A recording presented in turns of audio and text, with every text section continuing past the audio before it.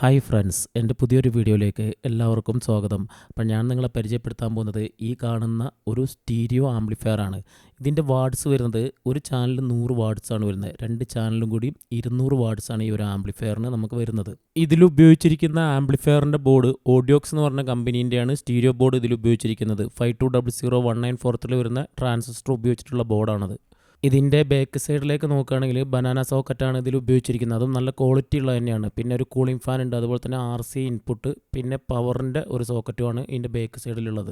ഈ ആംപ്ലിഫയറിൻ്റെ ഫ്രണ്ട് പാനലിലുള്ളത് ഒരു volume adjust ചെയ്യാനുള്ള കൺട്രോളും, അതുപോലെ തന്നെ ഇൻപുട്ട് സെലക്ട് ചെയ്യാനുള്ള സ്വിച്ചും, പിന്നെ bass, treble, mid, balance adjust ചെയ്യാനുള്ള കൺട്രോളും, അതുപോലെ തന്നെ ഒരു പവർ സ്വിച്ചുമാണ് ഇതിൻ്റെ ഫ്രണ്ട് പാനലിലുള്ളത്. ഈ ആംപ്ലിഫയറിൽ നമുക്ക് ബ്ലൂടൂത്തും ഉണ്ട്, അതുപോലെ തന്നെ നമുക്ക് പെൻഡ്രൈവും ഈ ഒരു ആംപ്ലിഫയറിൽ ഉപയോഗിക്കാൻ പറ്റും. ഈ ആംപ്ലിഫയർ ഞാൻ അസംബിൾ ചെയ്തിരിക്കുന്നത് G-Techൻ്റെ കേബിനിലാണ് അസംബിൾ ചെയ്തിരിക്കുന്നത്. അത്യാവശ്യം നല്ല ക്വാളിറ്റി ഉള്ള കേബിനാണ്. അതുപോലെ തന്നെ ഇതിൻ്റെ വർക്കിംഗ് അതും നല്ല ക്വാളിറ്റി ഉള്ള വർക്കിംഗ് തന്നെയാണ്. ഓഡിയോക്സിൻ്റെ ബോർഡ് അത്യാവശ്യം നല്ല ക്വാളിറ്റി ഉള്ള വർക്കിംഗ് ഉള്ള ബോർഡാണ്.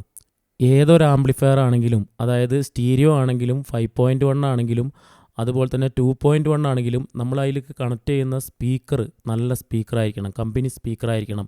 ലോക്കൽ സ്പീക്കർ വാങ്ങി വെച്ചാൽ അതിൻ്റെ യഥാർത്ഥത്തിലുള്ള വർക്കിംഗ് നമുക്ക് ആസ്വദിക്കാൻ കഴിയില്ല. ഇത് ഞാൻ എൻ്റെ എല്ലാ വീഡിയോകളിലും പറയുന്നതാണ്, വീണ്ടും ഒന്നും കൂടി ഓർമ്മിപ്പിച്ചു എന്ന് മാത്രമേ ഉള്ളൂ.